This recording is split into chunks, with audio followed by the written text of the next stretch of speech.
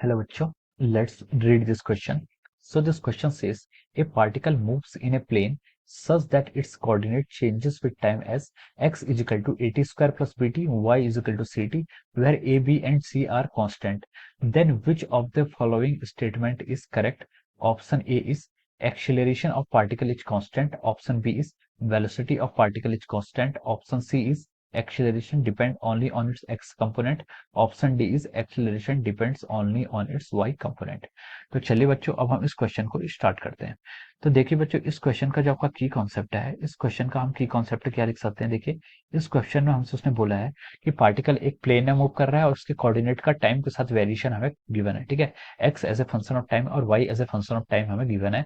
ABC आपका constant है और उसने बोला है कि which of the following statement is correct. आपको एक्सेलरेशन और वेलोसिटी यहाँ पर फाइंड आउट करना है। ठीक है, तो देखिए इस क्वेश्चन का जो आपका की कॉन्सेप्ट है ये क्या आपका यहाँ पर हमें क्या करना है, डिफरेंशिएट करके इसको एक्सेलरेशन और वेलोसिटी को यहाँ पर फाइंड आउट करना है। ठीक है, तो हम इसका की कॉन्सेप्ट क्या लिख सकते हैं, इसका की कॉन्सेप्ट लिख सकते हैं। देखिए, एक्सेलरेशन एंड वेलोसिटी। ठीक है, एक्सेलरेशन और वेलोसिटी की जो बेसिक डेफिनेशन है उसका यूज करके हम यहाँ पर एक्सेलरेशन और वेलोसिटी फाइंड आउट करेंगे। ठीक है, तो देखिए एक्सेलरेशन होता क्या है। एक्सेलरेशन होता है आपका, देखिए, rate of change of velocity is called acceleration. ठीक है, d v by d this is called our acceleration.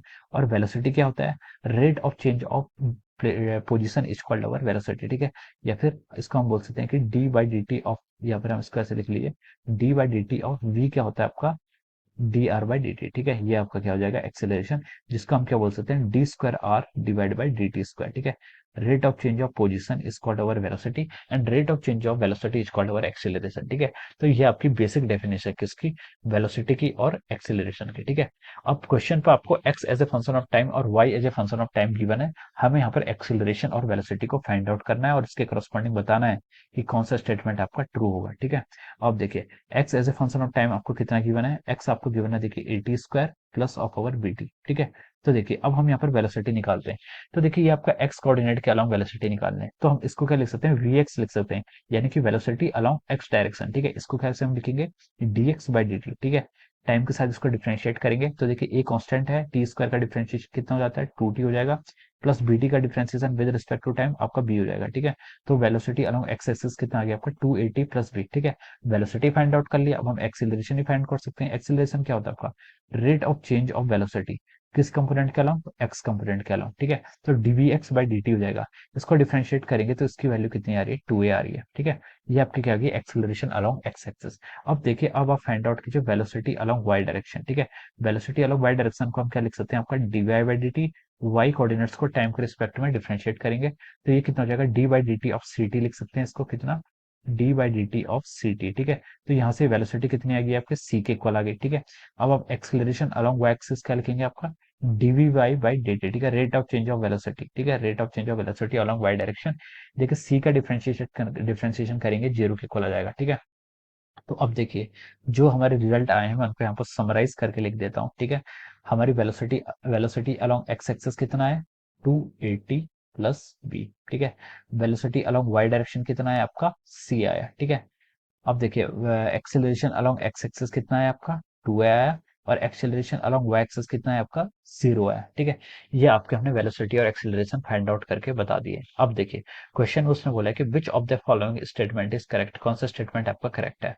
पहला ऑप्शन में दिया उसने, acceleration of the particle is constant. ठीक है, अगर हम यहाँ पर ऑप्शन बाय ऑप्शन मूव करें, ठीक है, तो फर्स्ट स्टेटमेंट में उसने बोला कि acceleration of the particle is constant. ठीक है, तो देखिए हाँ, एक्सेलरेशन तो कांस्टेंट है। देखिए एक्सेलरेशन एक्स एक्सिस के अलोंग 2a है, वाई एक्सिस के अलोंग 0 है। ठीक है, तो यहाँ पर टाइम की डिपेंडेंसी नहीं है, ना ही पोजीशन की डिपेंडेंसी है, तो ये आपका क्या कांस्टेंट है। तो हम बोल सकते हैं कि yes, first statement is correct. ठीक है, सेकंड स्टेटमेंट में उसने बोला है कि velocity of the particle is constant, particle की वेलोसिटी कांस्टेंट है। ठीक है, तो देखिए वाई एक्सिस के अलोंग तो वेलोसिटी कांस्टेंट है, सी के इक्वल है, लेकिन एक्स एक्सिस के अलोंग ये टाइम पर डिपेंड कर रही है, 280 प्लस बी, यानी कि एक टाइम का फंक्शन है।